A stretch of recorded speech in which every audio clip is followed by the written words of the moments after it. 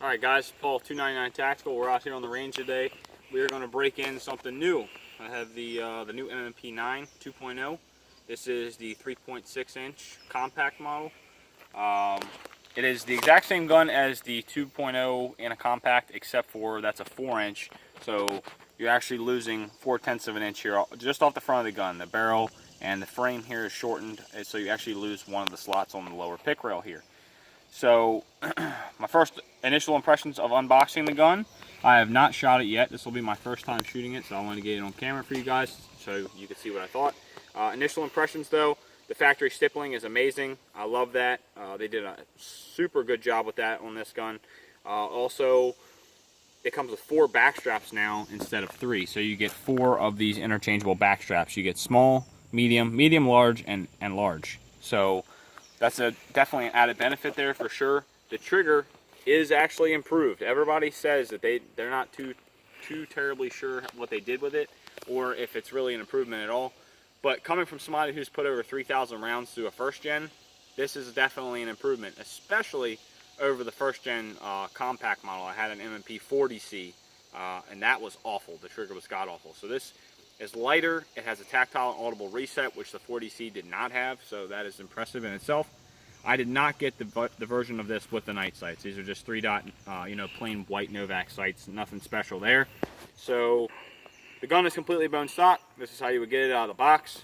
And in comparison to a 1.0, this is a 4 1/4 inch 1.0. It's not really a fair comparison, I know. This is a race gun. It is an open class gun, completely built, internals, fully apexed, the whole mess. But this gun to this gun, this feels extremely solid even compared to my race gun. What I mean by that is they put a steel liner here in the front of the chassis, and that has made the front of the chassis so much more rigid. It is amazing. And the slide rails that they actually slide on are beefed up as well, so it feels a lot more solid, more rigid. The recoil spring, it feels like it's heavily oversprung already just from racking the slide. It feels extremely heavy. It feels like what they did with the Gen 1s. They have the 40 recoil spring in both the 9 and the 40s. So we'll see how that goes. I feel like it's probably going to bob around a lot on me, but we'll see. Other than that, yeah, first impressions, we'll get those out of the way. But I did want to give you guys one quick fact that I found out. So bear with me here. I want to show you something. This is Top Shot ammo, 147 grain full metal jacket. This is a match grade ammo that they make. This would be a subsonic round because it's a heavy 9mm. But I found out it feeds 100% reliably in my M&P Gen 1. No issues whatsoever. That gun eats it up. It shoots up like really good groups with that. But this gun, found something interesting about it. So keep the muzzle down range there. Watch this. First shot, going in the chamber here. Notice how the barrel didn't completely go into battery. The whole slide is not into battery. It is just short of closing on the chamber. You can actually see the bullet through here, the back of the casing. The ejector has a hold of it, but the gun won't close all the way on that round. So I'll show you how jammed up it is here. I'm going to keep the muzzle down in a safe direction. I can't move this, and I have a hell of a grip on this right now. So I actually had to use the ledge on the sights for one-handed manipulations on this piece of wood here and push down with my body weight, and it still barely wants to clear. So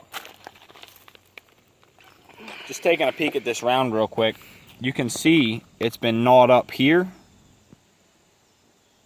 And there was one other spot here, and there's one other spot here. It's been gnawed up by the feed ramps trying to go into the chamber. I'm not really too sure what's going on because this is Winchester White Box 115 grain. The bullet projectile is actually smaller. It's shorter overall length. I'm just not sure if it's the geometry of the bullet that's giving it issues with feeding, because put that to the side here. Go ahead and slap the factory 15 round mag in there. It does ship with 2 15 round mags. I forgot to mention that. So look, no issues. Muzzle's pointed down in a safe direction. You can see the slide went completely into battery. No issues whatsoever with the 115 grain full metal jacket from Winchester. So I'm assuming at this point, it's the bullet geometry that's giving me issues. I am going to try it and run some other heavier pills, 124s, 147s, and let you guys know. I'll report back to you on that and see if I had any other issues down the road with, you know, any other various bullet projectiles being a problem. So, other than that, not a whole lot else to say. We're just going to go ahead and shoot this bad boy and get the initial impressions out of the way. We'll shoot out there just some paper targets and see what we got. This will be a first shot and see how she does.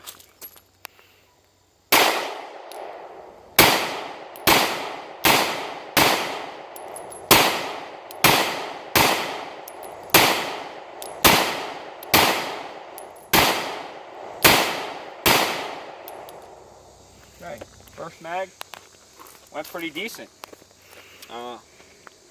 So first thoughts on the gun. It shoots softer than I anticipated.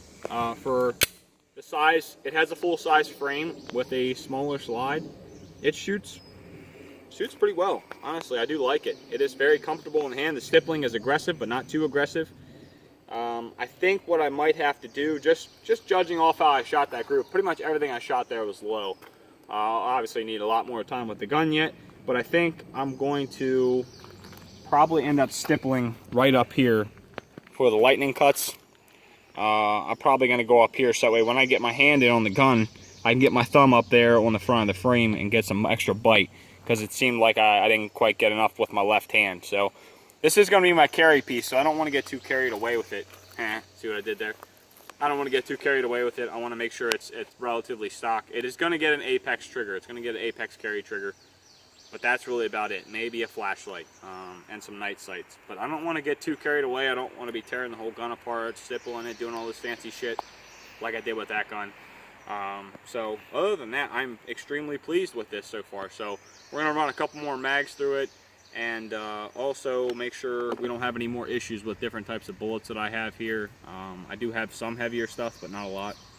So we'll run it through, dump a couple more mags out, and we'll report back if we have any reliability issues. Other than that, if you guys like what you see, please consider subscribing. Ring that notifications bell so that way you get notifications when I upload. Tell me what I can do better. So give me a thumbs up. Let me know what I can do better. Let me know if there's anything you guys like to see. Like I said, thanks for watching 299 Tactical. I'll see you guys in the next video.